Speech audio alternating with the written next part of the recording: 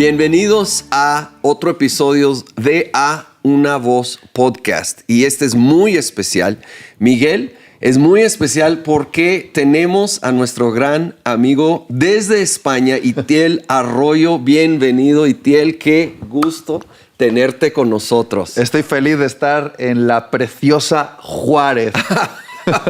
Bueno, desde ahí ya vemos que eres un hombre de fe y de gracia. Sí. Ves las cosas que no son como si fueran. Así Eso es. habla muy bien de ti. Espero que tengas un gran fin de semana divertido con todo lo que hay que hacer en esta frontera, ¿eh? Estoy seguro que sí, y te voy a decir que lo que llevo en esta zona ya me he dado cuenta que es lo mejor de Juárez. Lo Claro. mejor de Juárez son las personas, la gente 100%. linda de Juárez. Creo que muy acertado y gracias por eso. Sí, en cuanto a ciudad nos faltan algunas cosas, pero bueno. Es tan halagador como ofensivo al mismo tiempo. Pretendía ser así, como... Pero lo reconocemos. Como juarenses no estamos en negación de los retos de nuestra ciudad. Y hablando de retos, A Una Voz pretende promover la unidad en la iglesia, que es uno de los retos grandes, creo, Sí. de la iglesia. Y ahorita platicando brevemente antes de iniciar, me gustó mucho algunas ideas y conceptos y algo que dijiste, no quiero robar todo, pero si podemos aprender esto en casa, se aplica a la iglesia en general. ¿Por qué no desarrollas un poco más ese pensamiento? No, estoy totalmente de acuerdo que lo que funciona en una casa es lo que puede funcionar en una comunidad, en una ciudad y en una nación. Sí. Es decir, no podemos aplicar a la nación lo que no funciona dentro de un hogar. Bien. Y cuando hablamos de unidad, lo que voy a decir ahora puede sonar algo extraño, pero déjame que lo explique. La unidad no es algo que tenemos que lograr en la iglesia. La unidad es algo que ya es. Ok. Solo que tenemos que aprender a vivir conforme a esa unidad que ya tenemos en Cristo. Voy a poner un ejemplo, que era lo que te estaba contando Sí. fuera de cámara. Yo tuve un conflicto, fue mi primera discusión con mi esposa cuando me casé, recién casados. Porque aunque nosotros tuvimos una ceremonia nupcial donde yo hice mis votos de unirme a ella y el pastor dijo, yo os declaro marido y mujer, sois uno, estáis en una unidad Sí. y lo que Dios ha unido no lo puede separar el hombre. Tuvimos una fiesta impresionante, pero al regresar a casa y comenzar las primeras semanas, los primeros meses de convivencia, yo no había soltado mis mañas, mis manías Sí. de soltero. Claro. Es decir, estaba casado, pero mentalmente todavía pensaba como un soltero.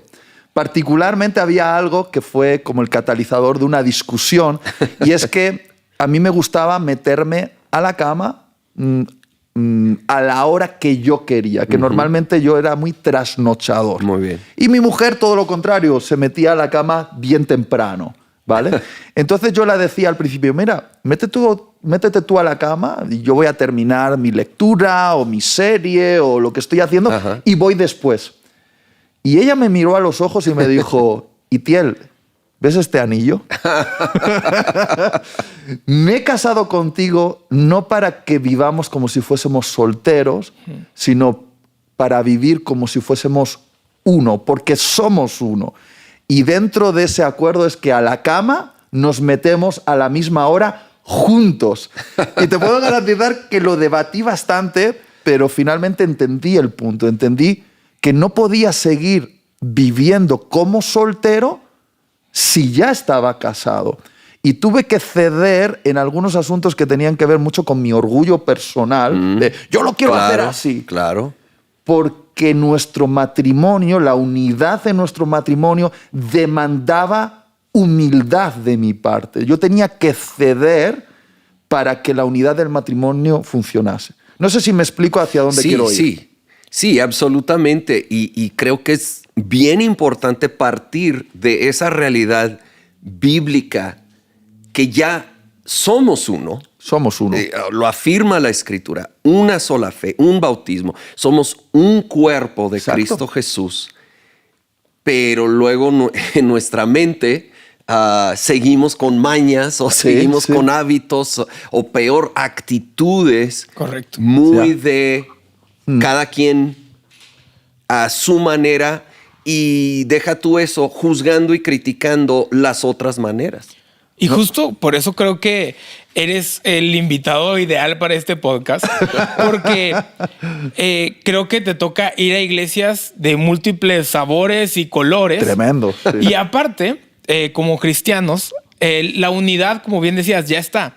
Pero cuando vamos a los comentarios de redes sociales no se nota esa unidad. Y creo que en ambos temas eres experto. En visitar iglesias múltiples y en leer comentarios interesantes. Absolutamente. Y lo que me causa bastante impresión de tu persona es que a pesar de esos comentarios en redes sociales, sigues creando contenido para redes sociales. Y que a pesar de tanta variedad en la iglesia, sigues visitando múltiples iglesias en múltiples países, en múltiples contextos. ¿Por qué está tan dividida la iglesia? ¿Y qué podemos hacer? Dividida en las acciones. Entendemos que en el hecho, lo explicaste brillantemente con el matrimonio.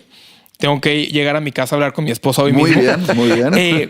Pero en la vida cotidiana, ¿por qué hay esta fricción y hasta tensión? Decía ahorita el pastor, hasta juicios de valor entre uno y otro, ¿no? Sí. Yo creo que si he logrado dejar claro ese punto, creo que partimos de una buena base. No tenemos que intentar estar unidos porque ya lo estamos, solo tenemos que vivir coherentemente con la unidad que ya tenemos en Cristo. Somos una iglesia. Dios no tiene varias iglesias, solo tiene una. Entonces, es nuestro deber arrepentirnos y alinearnos con esta verdad. Solo somos una iglesia. Ahora bien, yo que he visitado diferentes comunidades que tienen diferentes expresiones, diferentes colores, me he dado cuenta de que ser una iglesia no significa uniformidad. Muy bien. Es decir, Dios nos une, pero no nos hace iguales. Cierto. Lo que pasa es que nosotros querríamos ser uno si tú cambias para ser como yo. Exacto. Es decir, la unidad humana se basa en la uniformidad. Todos tienen que ser exactamente como yo, pensar como yo, tener el mismo color de piel que yo, hablar como yo, tener los mismos puntos doctrinales que yo. Uniformidad. Pero desde la perspectiva del reino, la unidad es en la diversidad. De hecho, hay un texto precioso en Apocalipsis que dice que delante del trono del Cordero habrá toda lengua, toda tribu, toda nación. Es decir, es un mosaico hermoso de colores, culturas, lenguajes, unidos en la adoración al que está sentado en el trono, pero diversos en su expresión. Y claro, lo que ha sido clave para mí, que he tenido el gusto de estar en una iglesia como esta, en Olivo, pero también he estado en iglesias bautistas, reformadas, pentecostales de la vieja escuela. He estado en toda la gama de los que llevan velo y de los que llevan pantalones rotos, los que cantan himnos y los que ponen música electrónica y todo lo que hay en el centro. Algo que tuve que aprender es si con toda esa gente que iba a encontrarme, que es una manifestación de la iglesia, si yo iba a tener una actitud de juzgar lo que era diferente o de celebrar lo que era diferente. Oh, muy bueno. Entonces yo decidí que en vez de amargarme, como hay un montón de amargados en redes sociales, que andan criticando siempre lo que es diferente a ellos, yo decidí tomar la decisión de celebrar la diferencia. Muy bien. Y me puedes ver en una iglesia muy conservadora en su liturgia, disfrutando un himno y llorando con un himno. Y me puedes ver en una iglesia más contemporánea, saltando a medida que suenan las guitarras eléctricas y la música electrónica. Y he decidido celebrar la diversidad e incluso ser un promotor de que eso es nuestra riqueza como iglesia y de que no deberíamos ser todos iguales. Debemos ser diferentes porque la unidad está en Cristo. Así es. Luego todos los detalles, el color, la parafernalia, las maneras, eso puede cambiar. No sé si me explico. Sí, totalmente. Y me encanta no tan solo aceptar que hay diferencias, celebrarlas. Sí. Porque creo que en esa diversidad se alcanza a todo tipo de persona, en todo tipo de contexto. Sí. Y aún si se lograba la uniformidad, que estoy de acuerdo, eso no es la unidad bíblica, estaríamos limitando tantas expresiones y contextos que adoran a Jesucristo, que alcanzan a personas en contextos tan variados como es el cuerpo de Cristo y la enseñanza de que no somos todos igual. Exacto. Es Sí, un excelente ejemplo. Y imagínate el cuerpo si todo era el mismo.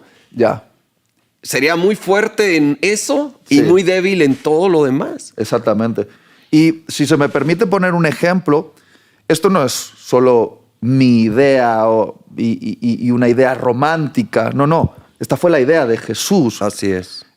Cuando él eligió a sus discípulos, si tú prestas atención a su comunidad, te das cuenta de que era una comunidad muy diversa. Oh, es sí. decir, Sí. en el mismo grupo Sí. había, por ejemplo, un nacionalista judío, casi medio terrorista celote, Sí. ¿vale? Y había un funcionario del Imperio Romano, un publicano, que si nos ponemos en contexto sería como poner a alguien de izquierda y a alguien de derechas, Así a alguien es. de esta posición política y a alguien de esta otra posición política en el mismo equipo, Así es. trabajando y extremos. juntos. Y extremos. En los extremos de eso. Luego también es interesante porque en el movimiento de Jesús había hombres muy letrados, por ejemplo Pablo, que fue formado a los pies de un fariseo, un rabino muy importante de la época, y luego había otros hombres iletrados, casi de pueblo, pescadores, Sí. como Pedro. Había hombres y mujeres, que quizá esto no nos escandalice ahora, pero en aquella época era escandaloso, Totalmente. hombres y mujeres en el mismo movimiento. Incluso, que eso fue revolucionario, había amos y esclavos Wow. en Sí. la misma iglesia. Sí. Y estamos hablando de una época en el Imperio Romano donde todo estaba compartimentado. Tú cuando formabas parte de un grupo no te mezclabas con el otro grupo. Sí. Y viene Cristo y dice, lo que yo he venido a hacer es romper los muros de separación. Y voy a hacer de todos estos grupos que están separados, voy a hacer una iglesia, una comunidad. Buenísimo. Y creo que buscar que esa unidad que ya existe, como decimos, se manifieste, es nuestro deber como Totalmente. iglesia para honrar el nombre de Jesús. Y ahora, ¿sí? me gustaría ahorita profundizar si nos ponemos un poco más traviesos en el tema de Me encanta. preferencias políticas y Ok. cómo eso genera múltiples cosas. Pero antes de ir allá y quizá terminar peleados en este podcast, me gustaría que nos ayudes un poco a entender otra gran división. Ahorita hablabas de múltiples, aún extractos socioeconómicos, políticos, geográficos, de nacionalidad. Pero hoy una división que está escondida, pero permanece casi en todas las iglesias, es una división generacional. Esta es una iglesia de jóvenes, esta es una iglesia de... Y aquí los jóvenes se adaptan a los señores, o acá los señores se adaptan a los jóvenes, y a veces podríamos llegar a generar cierta tensión en generaciones. De hecho, hacemos eventos para jóvenes y hacemos eventos para señores, ¿verdad? O sea, segmentamos muy bien eso.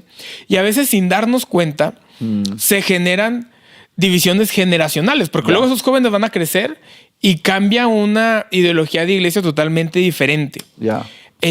¿Cómo podemos hacer para que no sea la iglesia de mis papás o la iglesia de mis hijos? Sé que tienes una hija de 6 años. Sí, sí, sí. ¿Cómo hacer una iglesia atractiva para múltiples generacionales? Porque luego vemos, aún en el libro de los Hechos, múltiples generaciones. Vemos a múltiples generaciones restaurando muros. Ya. ¿Cómo logramos hacer iglesias, no sé si aún eventos multigeneracionales y que se exprese esa unidad? Porque no tenemos un Dios de una generación, ¿no? Qué bueno, qué bueno.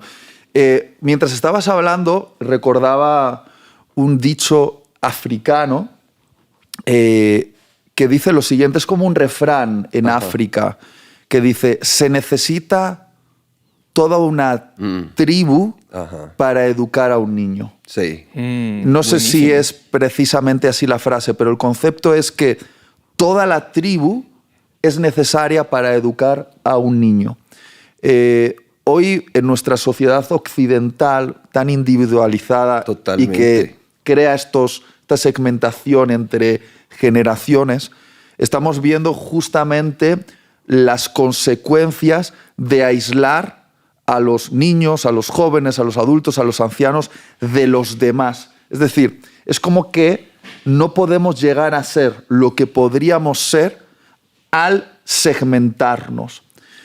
En el modelo de Dios, en el modelo de la iglesia, se necesita toda una iglesia para educar a un niño. Wow. Así es. Es decir, ese niño está ahí y se va a ver beneficiado por la energía de los jóvenes, pero también por la madurez del adulto, pero también por la sabiduría del anciano. Sí. Pero no solo el niño se ve beneficiado, también el anciano se ve beneficiado al ver la frescura del niño, Buenísimo. la sonrisa, la risa, la inocencia del joven, el ver la satisfacción de cómo los adultos están tomando la posición donde ellos lo dejaron, los ancianos, ¿no? Y aún en la iglesia, los errores de uno y del otro. Se aprende de los errores del uno y del otro. Exacto. Entonces, creo que conceptos de iglesias que crean segmentación y dicen, no, esta es una iglesia para gente de cierta clase social, porque las hay. O esta es una iglesia para, no sé si se puede decir aquí, negros o afroamericanos, no sé cómo los llamáis sin que suene mal. Pero sé que eso existe, por ejemplo, en Estados Unidos. Sí. No, la iglesia de los afroamericanos. No, y esta es la iglesia de los blancos, de los, no sé cómo se diría. Caucásicos. Caucásicos. O esta es una iglesia de jóvenes, o esta es una iglesia de ancianos. Cuando hacemos eso, estamos boicoteando el proceso educacional que Cristo instauró cuando pensó en la iglesia como una familia donde mutuamente nos vamos enseñando los unos a los otros como si fuésemos una familia. Por eso yo creo que en una familia, y lo sé porque ahora soy una familia, estoy casado, tengo una niña de 6 años, lo que enriquece mi casa es cuando vienen los abuelos. Mira, primero, los abuelos en mi casa para mí son un regalo. Primero porque me ayudan a tener algún momento libre para irme a una cena romántica con mi mujer y se quedan con los niños. Pero no solo eso, yo veo cómo mi hija ama a sus abuelos. Hay algo que su abuelo le da o su abuela le da que mamá y papá no le podemos dar. Ajá. Porque es otro tipo de relación, es otro tipo de vinculación. Entonces, en mi casa, cuando llegan, por ejemplo, esos fines de semana donde están los nietos, los sobrinos, estamos los papás, los tíos y están los abuelos, siento que esa casa representa su máximo potencial. Wow. Hay una riqueza en el hogar. Trasladado eso a la iglesia, pienso que una iglesia que tiene una representación multigeneracional adquiere esa riqueza que no se puede conseguir si estamos segmentados. No sé si estoy explicándome. Qué peligroso perdernos de esa bendición, ¿no? Sí, es una riqueza y ya...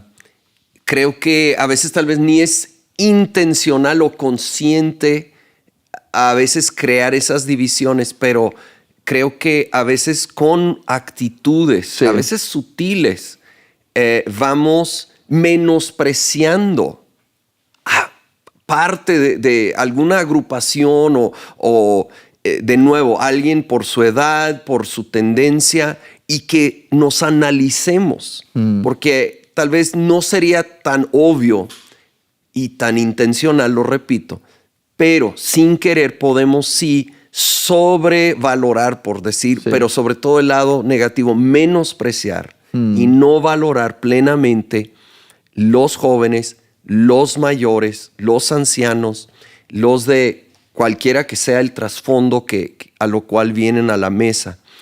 Ahora, estamos tan de acuerdo, pero a la hora de la hora se batalla. Sí. Ahorita mencionaste algo, pero tal vez lo podemos desarrollar un poco más. Mencionaste la humildad. Sí. ¿Qué tan importante es para lograr la unidad? No quiero exagerar, pero creo que es lo más importante para lograr la unidad. Creo que el mayor orgullo, el mayor enemigo de la unidad es nuestro orgullo. Wow. Es decir, el orgullo es la mayor barrera que existe entre tú y yo, o entre nosotros y ellos. El orgullo es el gran destructor de matrimonios, de familias, Sí. de iglesias y hasta de naciones. El orgullo para mí es el gran enemigo de la unidad en cualquiera de sus formas, ¿vale? Entonces, algo muy interesante, y por eso tengo la Biblia abierta, porque cuando me dijiste, Itiel, hablemos de la unidad, rápidamente pensé en cómo Jesús enseñó a sus discípulos a estar unidos, aunque eran muy diferentes y eran muy orgullosos. Y fue aquella última noche donde Jesús hizo una oración que es una de las oraciones más hermosas, pero también más desgarradoras, porque yo creo que Jesús la hizo con lágrimas en los ojos. Y en un momento, está descrito en el Evangelio de Juan, Jesús ora y dice, Padre, que ellos, mis discípulos, sean uno, como tú y yo somos uno, para que este mundo crea. Es decir, me imagino que en ese momento Jesús estaba mirando a sus discípulos que se la pasaban peleando, Sí. discutiendo a ver quién era más importante, discutiendo a ver quién se iba a sentar a la derecha o a la izquierda del trono cuando viniese el reino de Jesús. Siempre guardándose ofensas los unos contra los otros. Me imagino que cuando él los miró en ese estado, se dio cuenta de que si seguían así, el movimiento no iba a perdurar. Hizo esa oración al Padre y dijo, que ellos aprendan a ser uno entre ellos, como tú y yo somos uno. Y dice esto, para que el mundo crea. Es como si Jesús nos estuviese diciendo, nuestra unidad es un asunto de credibilidad delante del mundo. Wow. Es decir, Fuerte. este mundo no tiene que creer nuestro mensaje, aunque sea la verdad, si nos ve divididos. Es decir, una iglesia dividida pierde credibilidad en la ciudad. Claro. Así como un matrimonio que se divorcia, una familia que no se hablan entre padres e hijos o entre hermanos, por mucho que digan que son cristianos, su predicación, su manifestación como cristianos no tiene credibilidad si su fe no es capaz de mantenerlos unidos, ¿vale? Wow. Entonces, cuando Jesús hizo esa oración, le sumó un acto que para mí es la clave de la verdadera unidad, que fue el lavamiento de pies. Sí. Fíjate qué interesante. Impresionante. Él, que era el superior en esa reunión, se quitó su manto de autoridad rabínica y se puso una toalla de servicio alrededor de la cintura, tomó un barreño con agua y se inclinó para comenzar a lavar los pies de sus discípulos. Que eso era un acto de humillación total, porque lavar los pies de otra persona en aquella época era algo que a veces estaba reservado incluso para los esclavos. Wow. ¿Vale? Cuando había esclavos designados a la tarea de lavar pies. Correcto. Y cuando Pedro se da cuenta de que Jesús quiere lavarle los pies, Pedro confronta a Jesús y le dice, esto no funciona así. Sí. Tú no me puedes lavar los pies a mí porque tú eres el superior y yo el inferior. Y Jesús le dice esto, que me parece tremendo. Le dice, Pedro, si no te lavo los pies, no tendrás parte conmigo. Y esa frase resaltó en mi espíritu durante mucho tiempo y busqué el significado profundo. Y significa que lo siguiente, Jesús le estaba diciendo, Pedro, si no te lavo los pies, no vamos a poder tener unidad. Oh. Pedro, si te lavo los pies, estoy construyendo una plataforma sobre la cual edificar nuestra relación. Al lavarte los pies, te estoy invitando a que tú tengas parte conmigo y yo tenga parte contigo. Entonces, lo que Jesús nos enseñaba ahí es que la verdadera unidad, el tener parte con otra persona, no solo puede ser un discurso de buenas intenciones. Tiene que tener un acto de humillación frente a la otra persona. Y yo sé que aquí estoy entrando en terreno fangoso, porque normalmente vemos la humillación como algo negativo, pero en el reino de Dios, humillarte es un acto de valentía y es un acto elevado en el reino de Dios. Cuando tú te inclinas frente a otra persona, y ya no hablo de una posición del cuerpo, sino más bien de una posición del corazón, y te dispones en humildad a lavarle los pies, tú estás creando una plataforma para que exista la verdadera unidad. Y si te das cuenta, lo que implica la verdadera unidad es un cambio de perspectiva. Ya no ves a la persona desde arriba, desde el orgullo, hacia abajo. La ves desde abajo hacia arriba.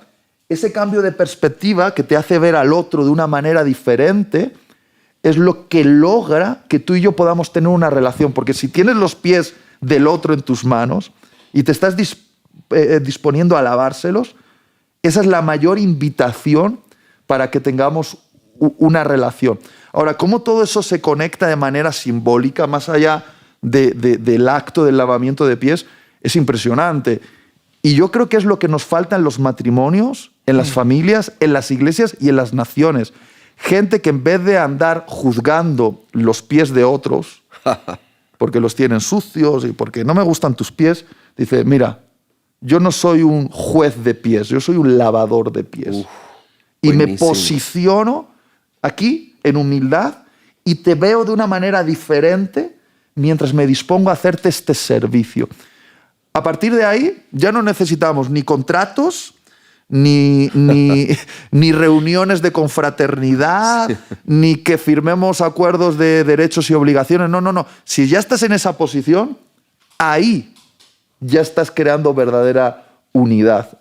No sé si explico el punto. Sí, buenísimo. Sí, me encanta que eso no solamente aplica para personas en liderazgo, porque alguien podría decir, qué bueno este podcast, que lo escuche mi pastor para que haya unidad en la iglesia. No, hombre, aplica para todos en la iglesia, comunidades enteras.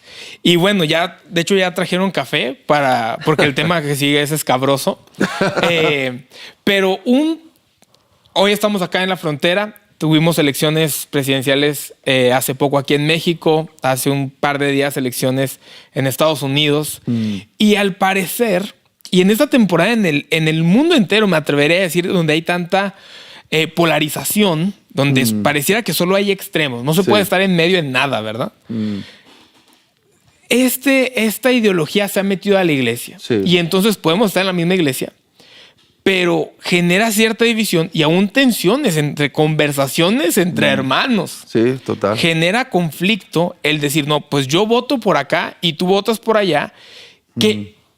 Y hasta hay personas que ponen en duda la fe de alguien. ¿Cómo puedes creer en Dios y votar de esa forma? Y el otro piensa exactamente igual. O sea encontrados totalmente. Bidireccional. ¿Cómo encontrar, no sé si un equilibrio, un balance o aún el simple respeto, no sé, para que haya unidad a pesar de la diferencia, o de verdad nos tenemos que alinear en el voto? No sé qué piensas tú de esto. Bueno, Jesús llamó a este asunto levadura en la mente. Y la llamó la levadura de los fariseos o la levadura de Herodes. Y nos dijo, cuidado con las levaduras que leudan vuestro sistema de pensamientos. Como una levadura es capaz de transformar, ¿no? Fermentar una masa, así ciertas ideas, lo que Jesús llamó las doctrinas de los fariseos o de Herodes, las doctrinas son sistemas de pensamiento, también pueden leudar, fermentar nuestro pensamiento y hacernos inoperativos para el reino de Dios. Algo que está claro, lo acabas de mostrar tú, es que cuando en la mente de los cristianos la levadura de la política o la levadura de la religión, porque los fariseos representaban la religión, el sistema religioso, y Herodes era el gobernante político, el sistema político. Cuando religión y política son más importantes que el reino de Dios en nuestra mente, entonces nos convertimos en gente inoperativa para los propósitos de Dios.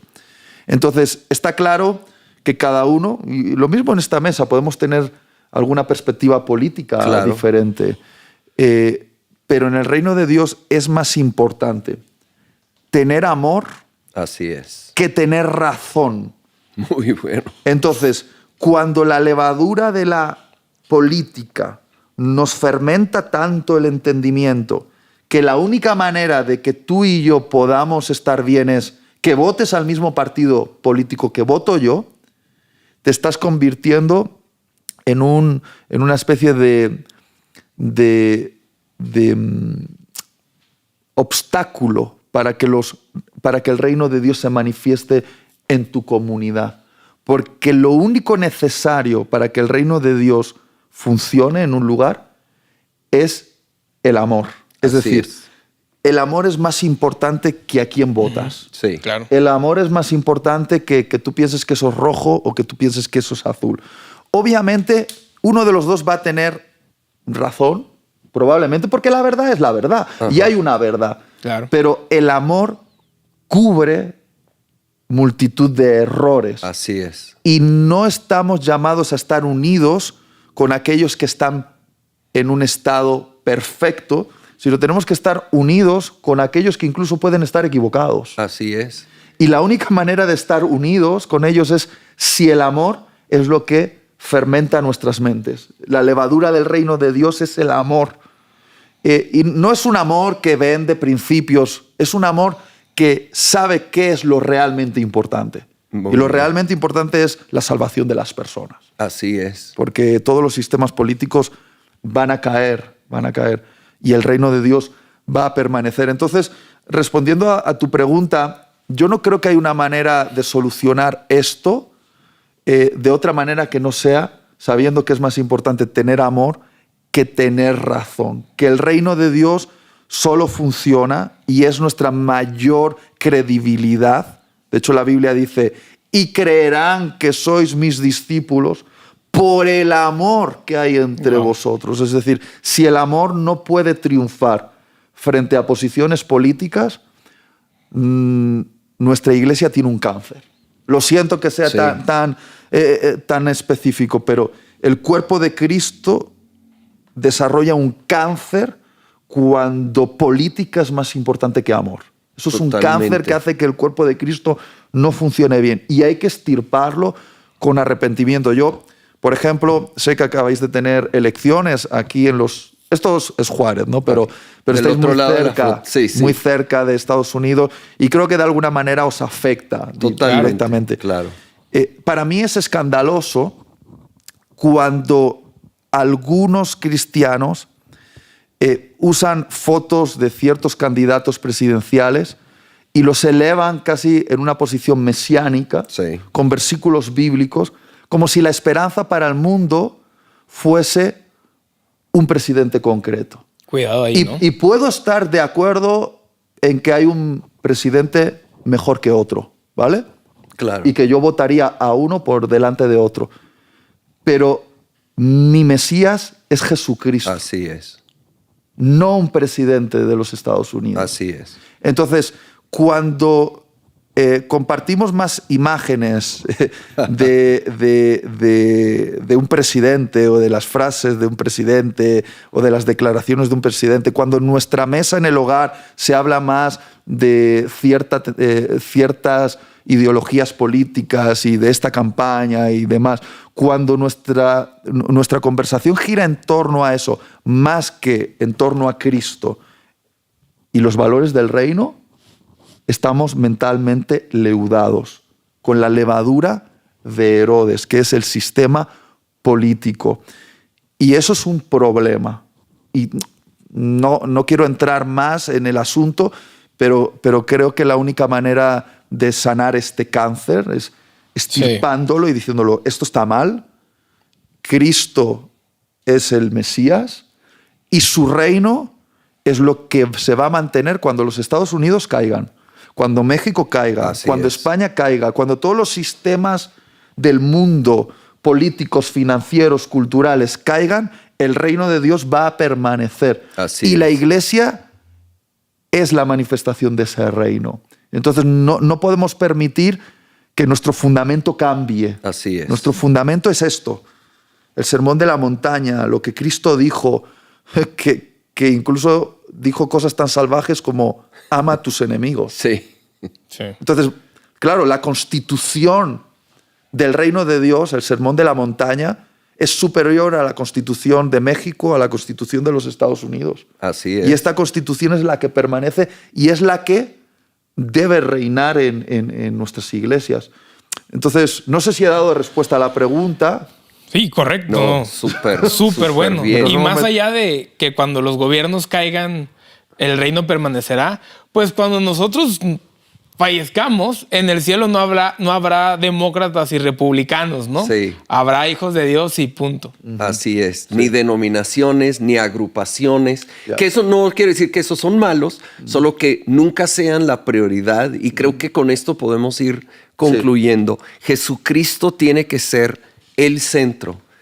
El centro, la prioridad de nuestras vidas, de nuestras iglesias, congregaciones, Sí. agrupaciones, que sea exaltar a Jesucristo y reconocer su gran ejemplo como lo has Sí. hecho tan claro en su enseñanza, en los discípulos que él tuvo con sus diferencias tan marcadas, Sí. pero era el amor por Jesucristo y de allí amor por los demás, por encima de preferencias, tendencias, opiniones, que de nuevo, no es malo tener Ya. tu opinión en asuntos con que esté por debajo de el amor a Dios primero y al prójimo enseguida. Y eso nos va a ayudar a esa unidad que sí, en posición tenemos Sí. en Cristo Jesús, lo podemos manifestar y expresar y que el mundo vea que somos sus discípulos. Itiel, gracias. Gracias Ha a ti. estado excelente este tiempo y es un tema, yo sé que pudiéramos seguirle por horas, pero bueno. Sí, solo me gustaría decir a los que nos están Sí, claro. viendo, es que durante mucho tiempo, sobre todo al principio en mi matrimonio, mi orgullo, que es ese deseo de tener razón, de que las cosas se hagan a mi manera, provocó algunas situaciones que nos estaban empujando a un posible divorcio recién Wow. casados. De hecho, en algunas de nuestras discusiones decíamos, pues entonces divorciémonos. Y Dios me habló al corazón y quiero terminar diciendo esto. Me dijo, Itiel, tu problema es que tienes la necesidad de ser sanado en tu identidad. Porque quien está seguro de quién es, no necesita pelear para demostrar algo, para tener razón. Y la única manera de que este matrimonio perdure es, Itiel, si te dejas sanar. Wow. Tener una identidad firme, porque quien está seguro de quién es, no tiene la necesidad de demostrar nada. Y cuando yo le permití a Dios empezar a entrar en esas áreas en mi corazón, donde yo había establecido orgullo como defensa, y ese orgullo fue derribado, y Dios empezó a meter su mano para sanar mi identidad, fue sencillo, o más sencillo para mí, humillarme delante de mi esposa. Y esa humillación, esa humildad, era y es lo que mantiene mi matrimonio hasta el día de hoy. Wow. Porque Jesús, que era el único sano en esa habitación, era el único que realmente sabía quién era. Sí. Era el Rey Supremo, la autoridad, el que tenía toda la razón. Pero estaba tan seguro de quién era que no tuvo problema de tomar una posición de siervo, Wow. humillarse y ponerse esa toalla alrededor de la cintura para lavar los pies mugrosos de sus orgullosos discípulos, demostrando que es más importante saber quién uno es que intentar que el otro sea lo que nosotros queramos que sea. Y para mí, todas las peleas que tenemos en los matrimonios, en las comunidades, entre pastores, entre miembros o incluso entre naciones, brotan a veces de un problema de identidad, de querer demostrar algo, de haber levantado el orgullo donde deberíamos permitir que Dios entre y sane y nos dé seguridad. Y creo que cuando nos estamos dividiendo por causa de orgullo, estamos manifestando que hay ciertos complejos y ciertas heridas en nosotros que deben ser sanadas. Cierto. Dios todavía al día de hoy me está sanando. Y yo me doy cuenta de que cuanto más humilde soy, con mi esposa, por ejemplo, más fuerte es mi matrimonio. Wow. Y no me hace perder autoridad, porque Claro. desde la humildad yo lidero mi matrimonio. Como Cristo, desde la humildad de alguien que se dejó clavar en una cruz, siendo el más poderoso del universo, desde esa humildad Él gobierna el cosmos. Entonces yo creo que si Cristo no es un ejemplo para nosotros en esto, siendo esposos, siendo esposas, pastores o líderes o gente común en la iglesia, si no entendemos que la única manera de estar unidos es dejando que Dios nos dé el corazón de Cristo, que era un corazón humilde, Sí. creo que vamos a seguir peleándonos y el orgullo tristemente va a destrozar las relaciones hermosas en nuestra vida. Y no quieres eso. No te quieres divorciar, no quieres dividir tu iglesia, no quieres irte de tu casa sin hablarte con tus hermanos o con tus padres. Quieres estar unido porque esas relaciones lo valen. Y vale un poquito de humillación, ¿vale? Humillarte un poquito para que esa relación funcione, lo merece. Buenísimo. Gracias, gracias. Creo que son palabras que necesitamos oír y con la ayuda del Espíritu Santo aplicar, Sí. como dices, desde nuestra familia, comunidad, congregación, y de allí esperemos se vaya expandiendo. Qué gusto tenerte, Gracias. Itiel. Y pues Miguel, ha sido un gran podcast el día de hoy. Oh, sí, ha sido un lujo, Itiel. Y bueno, Gracias. Itiel está acá también en gran parte gracias a la conferencia Código de Hombre, conferencia de hombres de Comunidad Olivo. Si no pudiste estar este año, ojalá en el futuro pueda hacer espacio en tu agenda y visitarnos por acá. Gracias, Itiel. Gracias, Pastor, por el espacio. Gracias. Nos vemos en el próximo episodio.